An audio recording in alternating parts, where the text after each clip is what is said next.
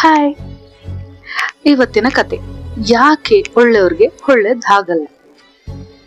ಯಾಕೆ ಆಗಲ್ಲ ಅಂದ್ರೆ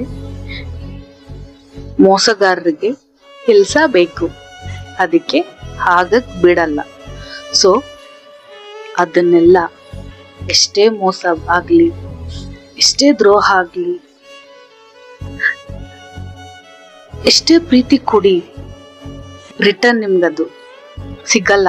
ನಿಜವಾಗ್ಲೂ ಯಾರಿಗಾದ್ರೂ ನೀವು ಅದು ನಮ್ ಹುಟ್ಟಿರೋ ಮಕ್ಕಳಾಗ್ಬೋದು, ನಮ್ಮ ಲೈಫಲ್ಲಿ ಬಂದಿರೋಂತ ಕೆಲವು ವ್ಯಕ್ತಿಗಳಾಗ್ಬೋದು, ಫ್ರೆಂಡ್ಸ್ ಆಗ್ಬೋದು, ಫ್ಯಾಮಿಲಿ ಆಗ್ಬೋದು, ಇಲ್ಲ ನಾವ್ ಯಾರನ್ನಾದ್ರೂ ಪ್ರೀತಿಸಿರೋರ, ನಿಜವಾಗ್ಲೂ ಒಂದು ಆನೆಸ್ಟ್ ಆಗಿ ಯಾವಾಗ ಒಬ್ಬರಿಗೆ ನಾವು ಪ್ರೀತಿ ಕೊಡ್ತೀವೋ, ಎನಿ ರಿಲೇಶನ್ಶಿಪ್ ಕೊಡ್ತೀವೋ, ಅಲ್ಲೇ ನಮಗ್ ಮೋಸ ಆಗೋದು. ಯಾಕೆ ಅಂದ್ರೆ ಒಂದ್ ಸೈಡ್ ಮಾತ್ರ ನಿಯತ್ತಿರುತ್ತೆ. ಇದೆಲ್ರಿಗೂ ಗೊತ್ತಿರೋ ವಿಚಾರ.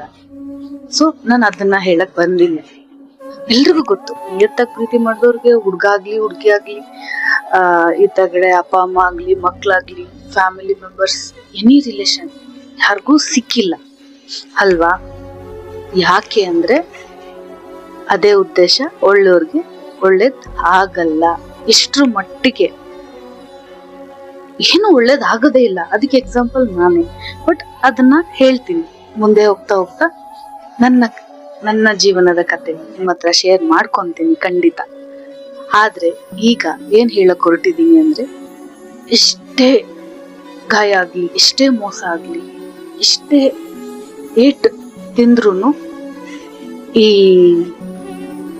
ಬೋನ್ಸ್ ಆಗುತ್ತಲ್ಲ, ಆ ತರ ನಾವು ಬೋನ್ಸ್ ಆಗಿ ಬಿಂದಾಸ್ ಆಗಿ ನಮಗ್ ಮೋಸ ಮಾಡಿರೋರು ಮುಂದೆ ಸಖತ್ತಾಗ ಇರ್ಬೇಕು, ಖುಷಿಯಾಗಿ.